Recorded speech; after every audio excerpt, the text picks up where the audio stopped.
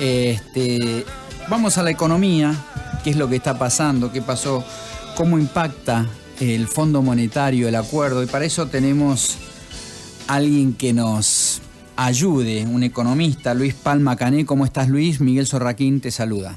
¿Qué tal? ¿Cómo están? Bueno, y un poco queriendo saber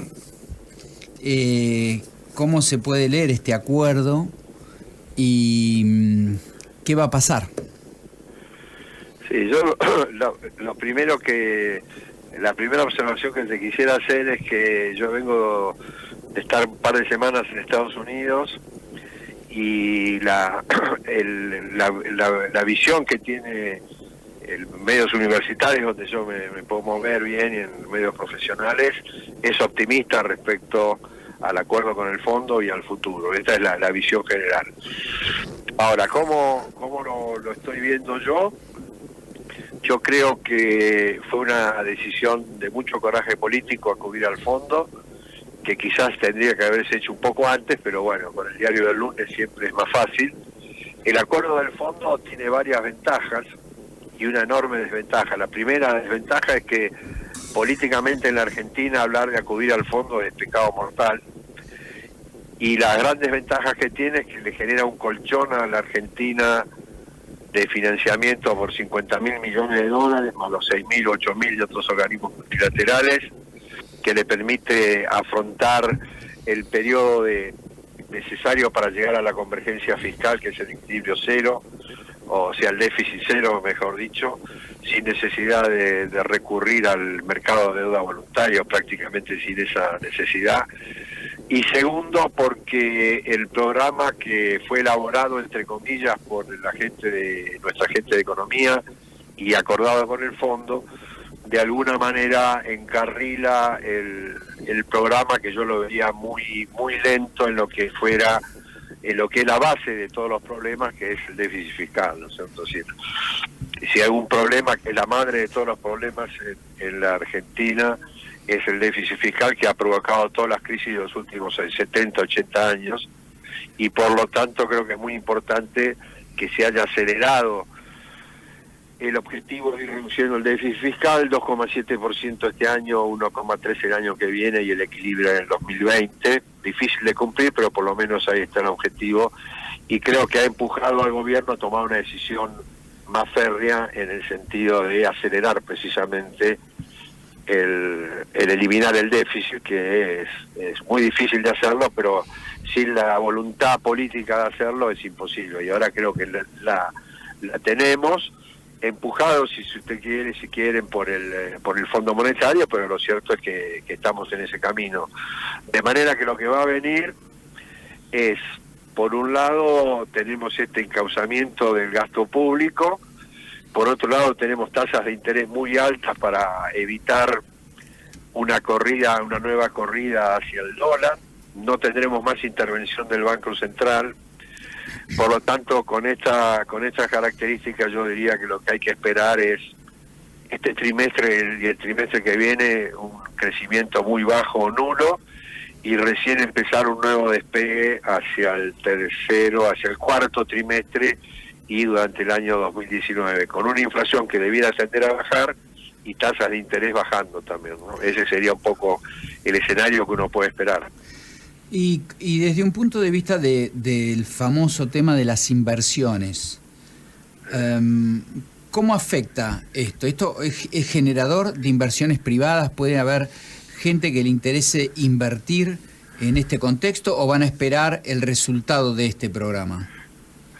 No, van a esperar el resultado, obviamente. No se puede pretender en esta etapa del desarrollo del programa, o como quieran llamarle, que alguien invierta en la Argentina, ¿no? Inversores extranjeros no va a haber, y la inversión argentina va a ser la necesaria para reponer capital o un poco más. Y el otro tema, que era la inversión pública, y se va a caer muchísimo, porque esa es la variable de ajuste de los gastos fiscales, ¿no? De manera que si dividimos la inversión en inversión externa, poca o cero, inversión privada, poca, y inversión pública, poca, porque tienen que bajarla, y bueno, ahí está entonces el tema de que los dos próximos, este trimestre y el próximo, muy difícil que la economía crezca, ¿no? Así que hay que esperar una época media dura, si se quiere, y en la cual hay que atravesar este camino. No es un camino de rosas, pero es el camino que hay que recorrer, necesariamente no hay otro, porque de no recorrerlo sería mucho peor, porque llegaríamos a mayor déficit, mayor inflación y mayor recesión. Luis, el Tano Pazman te saluda. ¿Qué tal? Buenas tardes. ¿Qué tal? ¿Cómo te va? Muy bien.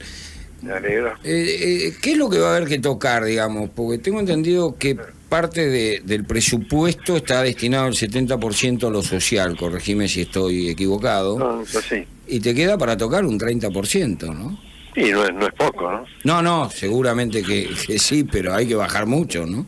No, está bien. Primero, el 60-70% de gasto está obviamente en salarios del sector público y planes sociales, los cuales quiero recordar o advertir que la gente que critica a este gobierno por ser poco progresista, poco social, o que gobierna para los ricos, es el gobierno que más plata ha destinado en la historia argentina en términos reales a los planes sociales. Ya hay casi 10 millones de planes sociales, con lo cual esto es muy difícil de cortar, obviamente, porque claro, tenemos muy altos niveles de pobreza, hay muchos planes proactivos, etcétera. Después tenemos, en ese esquema que vos decías del 70%, están los 10 millones estos que decías que te mencionaba de los planes sociales. Después tenemos 6,5 millones de jubilados y pensionados, de los cuales 2 millones nunca aportaron absolutamente nada, que es otro de los regalos que dejó el gobierno de Kirchner. Y tenemos 4,5 millones de empleados públicos, de los cuales 1,5 millones también se los debemos al gobierno de Kirchner.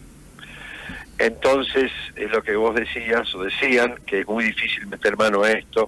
Obviamente, en un ajuste brutal sí tendríamos que meterle mano a eso, no se puede, por la situación social que tiene la Argentina, pero lo que sí se puede es unas medidas muy simples, que me hubiera gustado que las tomaran antes, que es totalmente prohibida el ingreso al sector público, cualquier nivel de ingreso de sector público que fuera, nacional, provincial o municipal, y además ir dejando sin reemplazar a la gente que se jubila o que se retira, que ya ahí tenés un 4 o 5% por año.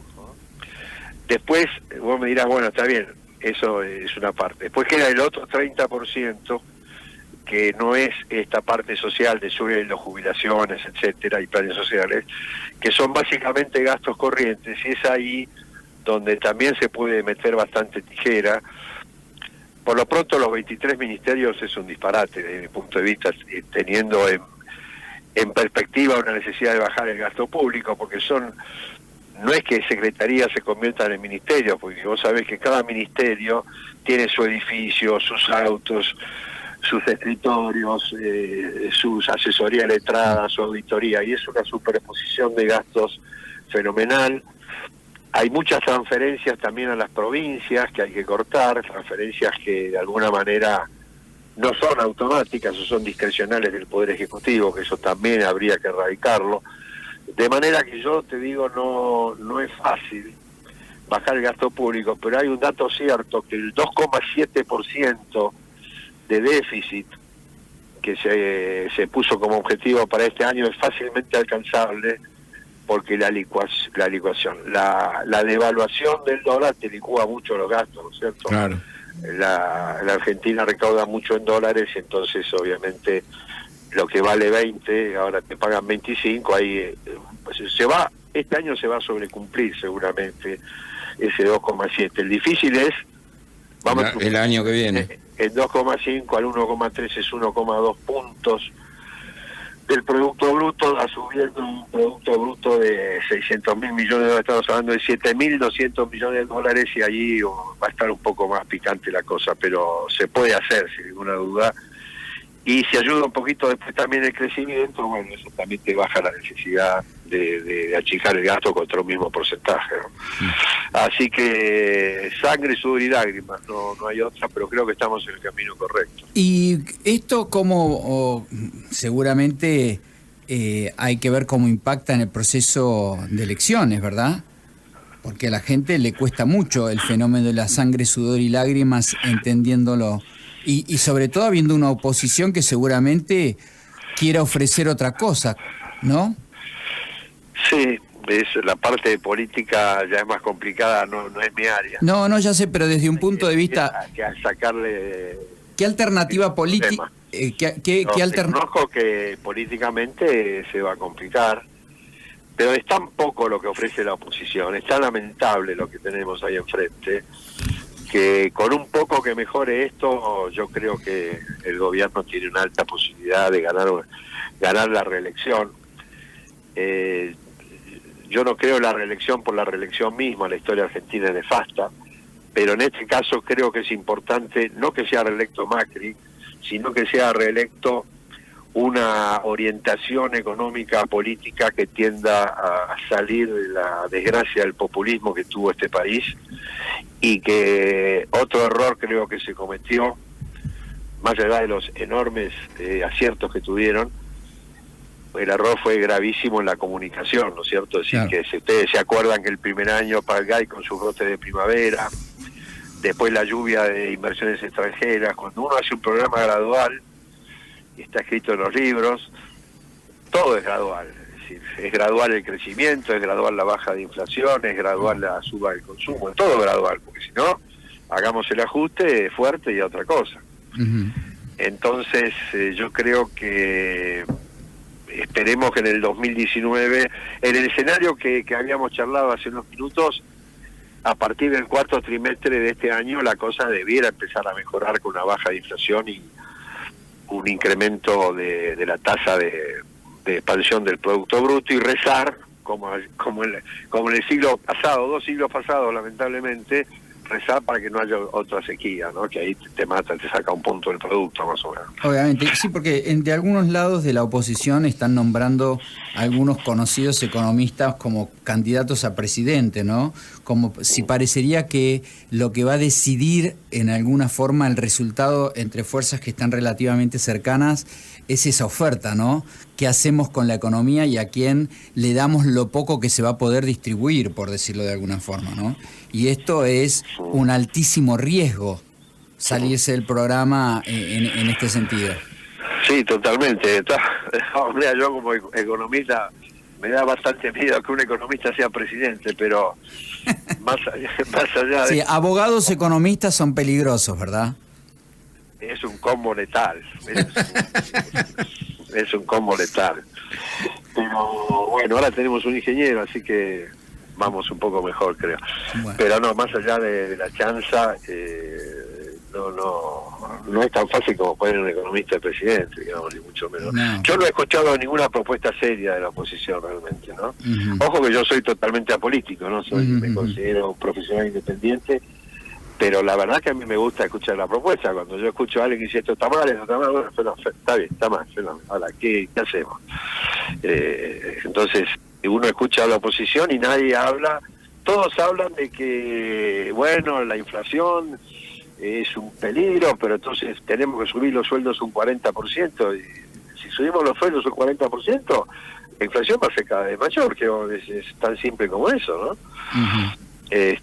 Así que no sé, no veo nada serio en la oposición, la veo muy desmembrada. El partido peronista, que siempre fue una bolsa de gatos, que decía el general que estaban gritando y que la gente creía que se estaban peleando y se estaban reproduciendo, pero ahora parece que no, porque no se ponen de acuerdo ni para jugar a la bolita. Entonces, y hay unos personajes medio nefastos, ¿no? Y sí, no venimos de pasarla bien, eso es lo que pasa a nadie. Después, ¿no? Tenés la corporación sindical, que es nefasta. Y ahora vienen paros y vienen todo ese tipo de cosas que vamos a ver cómo hacen que la realidad de las personas se vean afectadas. Social, el gobierno en ese sentido tiene que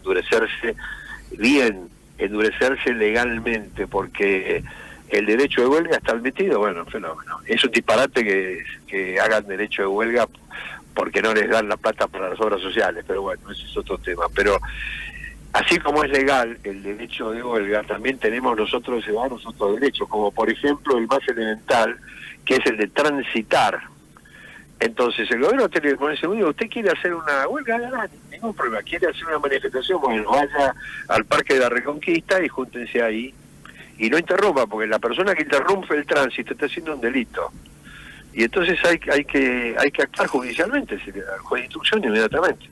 Pero no lo hacen, entonces tenemos corte de acá, corte de allá, que 40 camiones te hacen un desastre, que es la extorsión de la corporación sindical, ¿no? Que te para en el país. Y bueno, pero para eso yo creo que, como ustedes decían, sin duda esto va a provocar una reacción de la oposición, básicamente encolumnada con el sindicalismo, ¿no es cierto?, corrupto, y que van a hacer todo lo posible para que esto fracase. Lamentablemente es así, porque su única meta es tomar el poder, no que las cosas mejoren.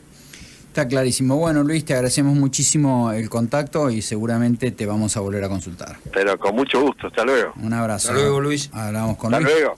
Hablamos con Luis Palma Cané, economista,